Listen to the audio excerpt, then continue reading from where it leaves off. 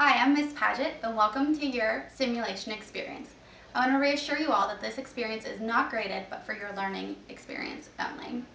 When you come into simulation, you'll have gotten a paper that describes the simulation before, and you want to make sure you know typical things about that type of patient so that you can be ready to react if something is happening with your patient.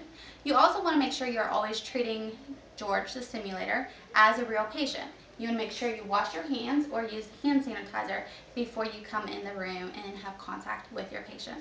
Also, when speaking to your patient, you want to make sure you treat him, obviously, like a real patient.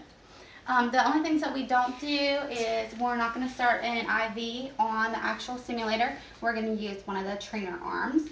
But if you need to take vitals on your patient George, you want to make sure that you take the blood pressure and put it on, and also the pulse oximeter. The monitor over here will actually display telemetry, pulse oximetry, and blood pressure. You want to make sure you check George's allergies. He is allergic to ink pens and the sterile lubrication. If anything needs to be lubricated, you want to make sure to use this special lubrication that we have, and it will be in the room and provided for you. Also,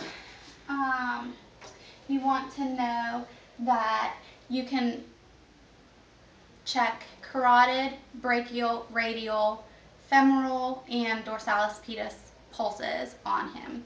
If during the scenario at any point you become stuck and need to take a break or think aloud what the scenario is, what's happening in the scenario, you want to go to your red box, which is your cone of silence.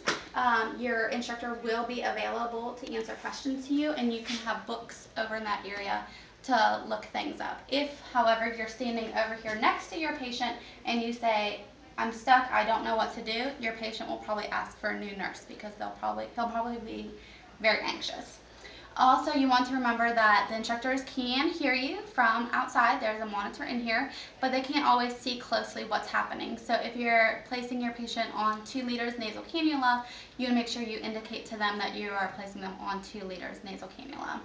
And if you have any questions about the simulation experience, please be sure to ask before the scenario starts.